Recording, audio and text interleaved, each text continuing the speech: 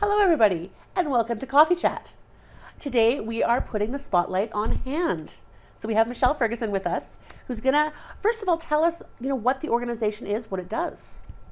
It is a nonprofit organization, Rrain, and it just caters to seniors and disabled persons. So we have lots of programs that I run out of the office, such as we do Lifeline. So we install, we do troubleshooting, we do service calls, if somebody needs a new button, and also education for the public about what it is and how important it is. We offer ERIC kits, which are becoming very much more important now, and the government has finally recognized that. So the Senior Initiative program is now going to supply service to seniors coordinators with ERIC kits to provide to the public and stuff. So I'm really hoping to spread that around. So explain to me what an ERIC kit is. ERIC stands for Emergency Response Information Kit. And so what's on there is your personal information, any medication you use, who your proxy is, your next of kin, and a healthcare directive. So in my opinion, it's really necessary for the healthcare system, because if the ambulance comes, that's one of the first things they look for is a sticker on the door, which we give you, and then they go to your fridge. And if you have an ERIC kit there, they grab it because that's all the information they need, and then they take it to the hospital, and it just makes everybody's job so much easier. Especially if you can't communicate. Exactly. It's all right there. Yeah, so that's kind of becoming a bigger part of what we do. We have a community meal program, which now is takeout or delivery only. And we've seen some changes over the last year, because with COVID, it went to pick up and a little bit of delivery only. And then post-COVID, we put out a survey with our clients to gauge their comfort level, with eating in a congregate setting again. And there really wasn't anybody comfortable with that. Yeah. So we waited for a while. And then last November, we did a 3-month trial of eating in again, or having that option. So, so November, December, January, and it really wasn't well received. So then as of February 1st, we went to delivery and pickup only again. So we've decided to expand our delivery options. So it was just to Elks Manor on one day and Kinsman Courts one rather. Yeah.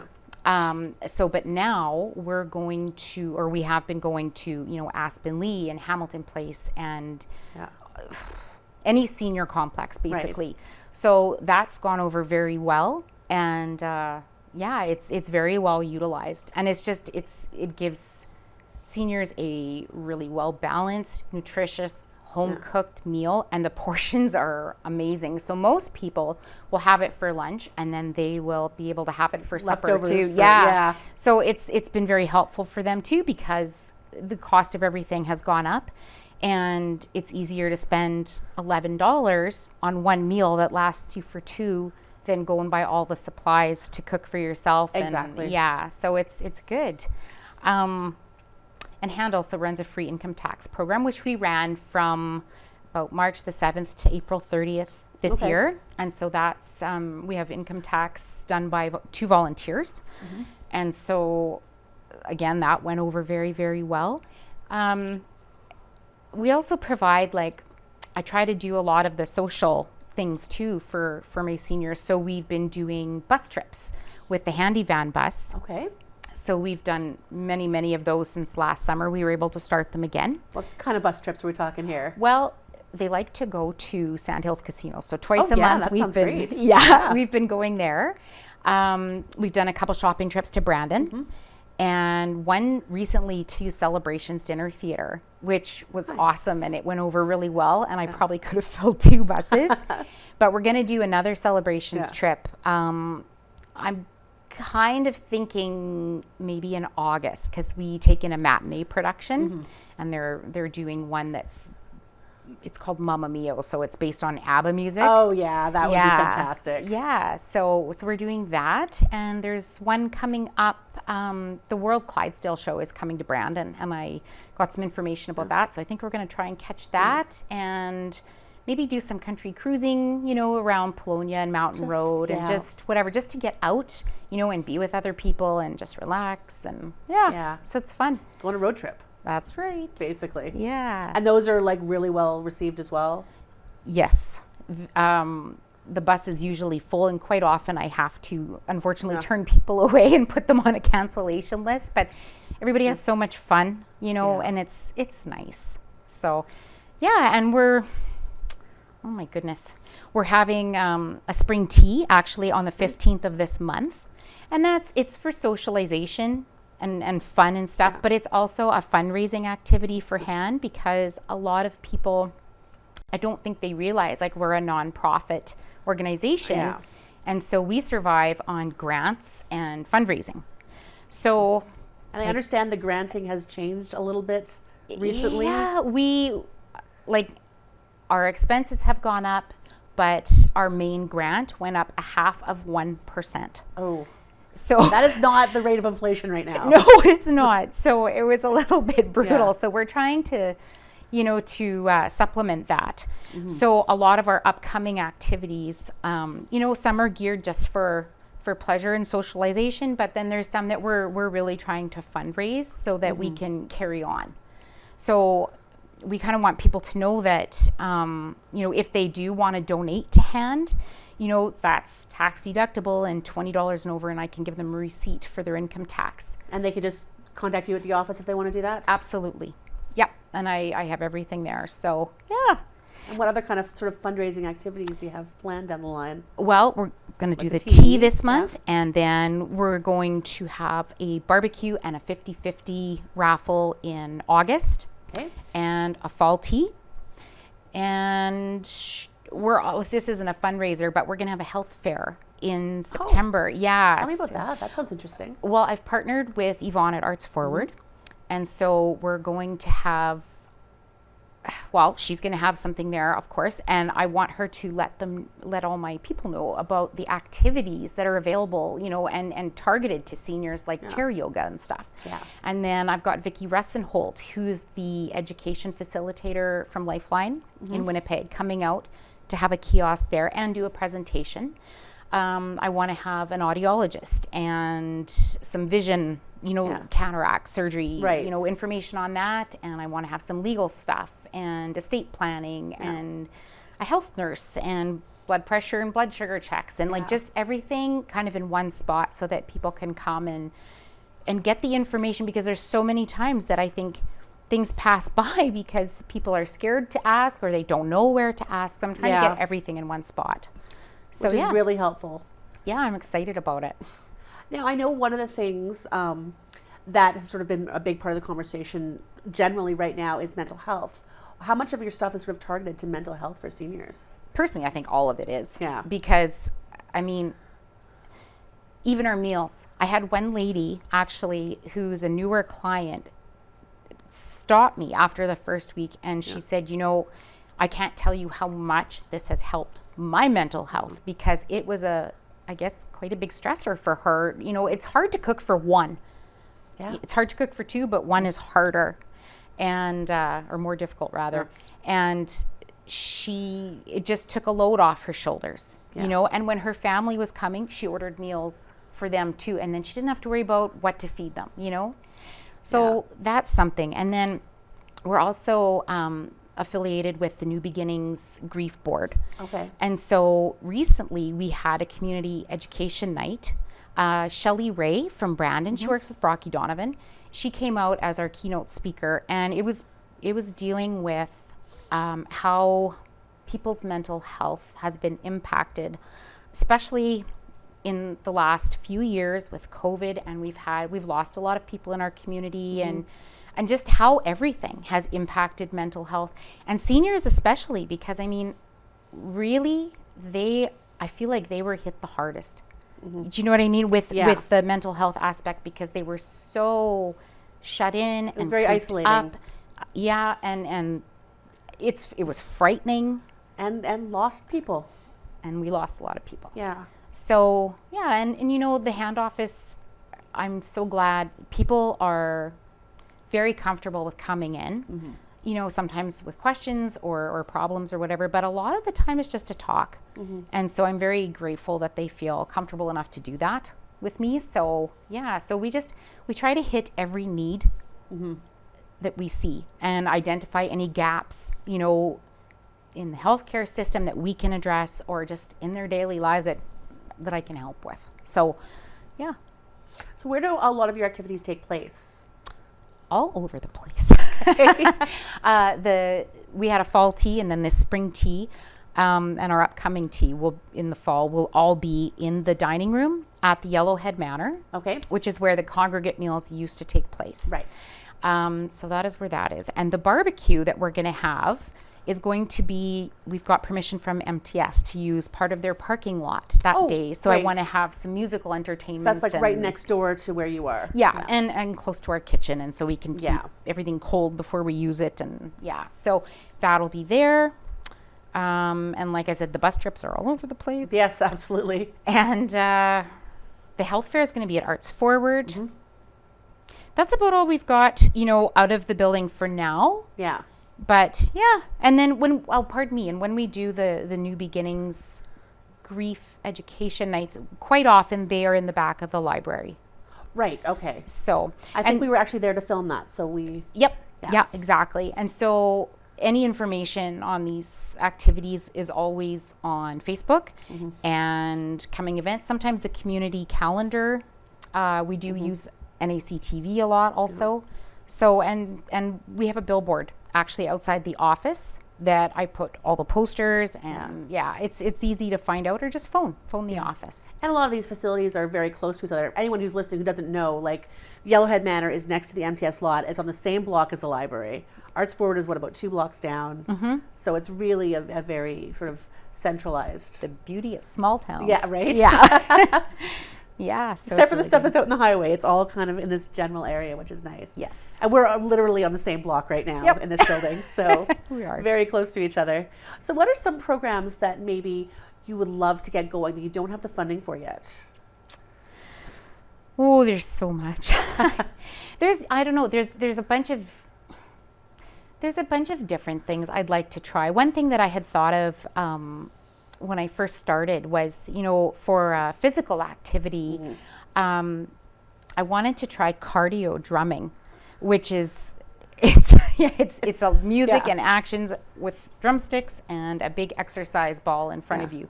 So that's something that we'd like to do. We do have an exercise program that I do at Elks Manor every Wednesday. It's done for the summer and will recommence in the fall. But that was something we did. But I would like to try this. And we need a lot of room. So, you know, we would have to probably pay for a venue and the supplies and stuff like that. So that is something. And it would be neat to maybe have a couple old time dances. You know, I know Minnedosa has one every week.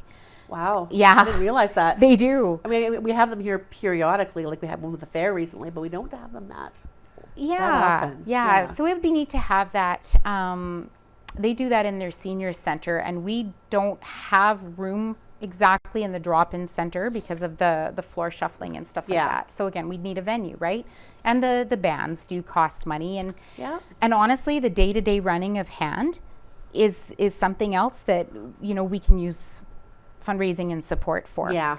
So I know in administration is not sexy. It's not a fun program, but it has to happen to enable all of these things. It does. I mean, even stuff like printer ink is a disgusting amount of money. It is. Oh, believe me, I know. Yeah. So, I mean, there's just so many little things. So everything helps. Yeah. Yeah. Which is great. Now, I just want to focus a bit on the physical activity things that you were talking about. Are there any other sort of physical activity partnerships you've done with people or activities, things like that? Mostly it was just the exercise program at Elks. We started off... Things really started to kick off last summer, fall, I guess, because that's when we felt, you know, every time we'd think, okay, we're going to start doing something, there'd be another wave of COVID. So it took a little while to get things going. Pretty much just the exercise program so far. And then we're trying to just get more activities, physical or otherwise, going as, you know, as we... move on. Yeah, because certainly, I mean, as we were saying, one of the big challenges is the isolation and getting out and having these sort of communal activities going on. Which is why I'm kind of surprised that the communal meals didn't kind of come back. The congregate meals didn't come back that way. Well, I think my own opinion is people were scared and are still leery. You know, I am. When I go to some function, I think to myself after, you know, especially if I have a tickle in my throat or something, I thought, oh, jeepers. But I think that the age group that was attending the congregate meals, very vulnerable population. It was. And we've lost a lot, whether they've passed away or they've gone to the care home. And so I always say that seniors, there's so many generations of seniors, and that was an older generation that was used to having, you know, fall suppers and teas and stuff like that, and that's what they liked, and that's what they were used to. And now maybe, you know, the younger seniors are starting to kind of come into the picture, and that's not something that they are as used to or as comfortable with. So, which is why we try to vary our activities. And that's why you have the celebrations bus trips and you have these things. Yeah. And it's great because, you know, we're getting people that are right at the 55 mark all the way up into their 90s. Yeah. So it's just something for everybody. And, you know, you say that 55 mark, which I am rapidly approaching. I'm not too far behind. I've never considered too much about what I would be doing.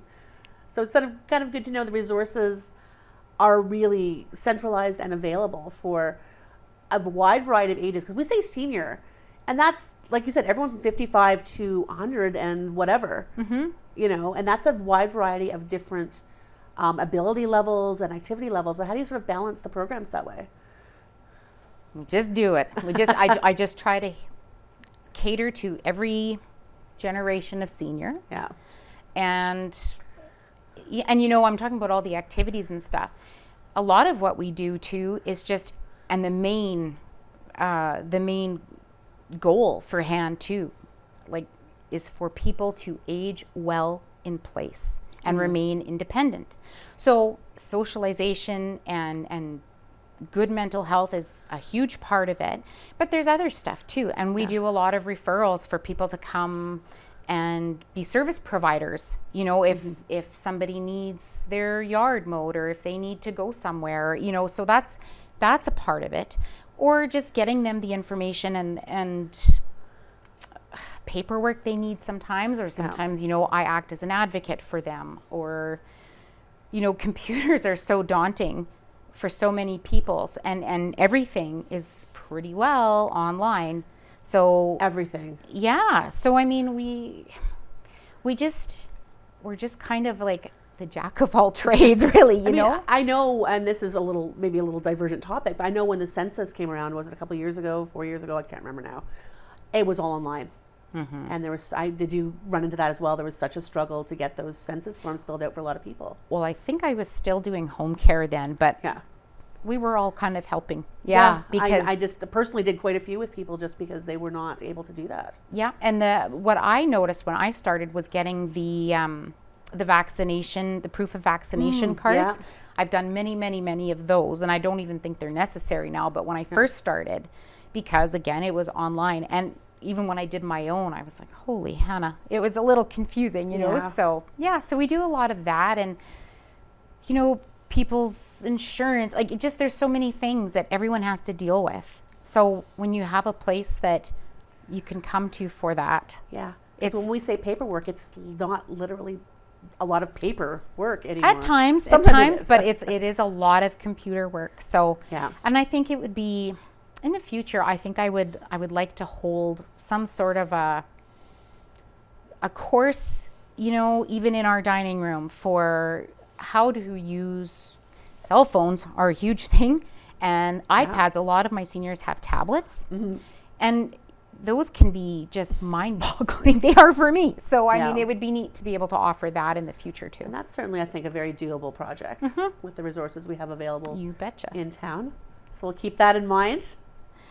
So what else would you like people to sort of know about the work that HAND, which literally stands for Home Assistance Neepawa District, which I don't know if we mentioned, does in the community? We're everywhere. We are everywhere. you know, if somebody, oh, I'm thinking, I'm all over the place. You know, if people, even in the care home, you know, we try to assist in any way that we possibly can. So, you know, I've gone to help somebody do their physio stretching after a surgery, or they need a light bulb changed, or, you know, it doesn't matter. Yeah. Or they just need And that's the breadth of stuff we're talking about, from a mowed lawn, a light bulb change, right up to, you know, tax help, to physical activity, to meals, to everything.